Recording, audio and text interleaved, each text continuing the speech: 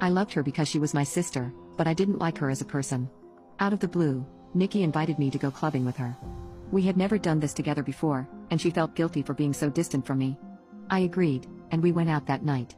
Clubbing wasn't my style, but after a few drinks, I loosened up and started having fun. The night was going smoothly until Nikki spotted a guy she was interested in. She approached him, but returned with a sour expression on her face. I asked her what was wrong, but she didn't say anything. I kept pressing her, not wanting our night to be ruined. She eventually told me that the guy didn't want her number but wanted mine instead. I tried to console her, but she remained upset. She excused herself to the restroom, and I waited for her. After over an hour of waiting and sipping on cocktails, I felt dizzy and lightheaded. I decided to take a cab home, thinking Nikki had left. On my way out, I bumped into a friend of hers whom she had briefly dated.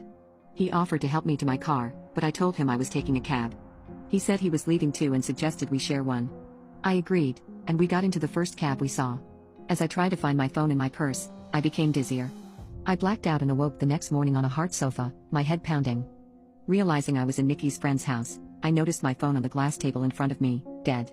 The friend explained that I had passed out in the cab, and since he didn't know my parents' address, he brought me to his place and laid me on the sofa. I told him I needed to go home because my fiancé would be worried. He called the cab, and I left.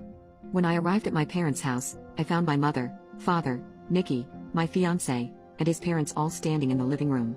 I thought they were worried about me, but as soon as I opened my mouth, my fiancé accused me of cheating on him. I was baffled and tried to explain the night's events, but everyone kept interrupting me. Nikki then chimed in, accusing me of being a liar and heartless.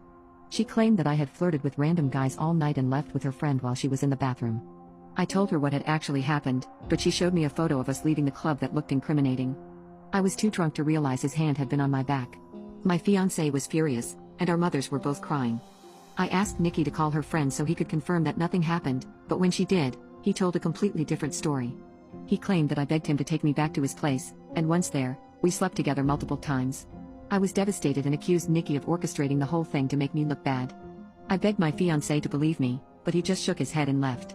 After everyone had gone, my mother slapped me and told me to get out. I left for a friend's house, where I stayed for a few nights. During that time, I called my fiancé, pleading with him to believe that nothing happened, but he never returned my calls or texts. My mother texted me, telling me she was kicking me out and hurling hurtful slurs at me. She didn't even give me time to collect my things before throwing them out. I was now homeless, and none of my family would take me in. I stayed with friends for a while,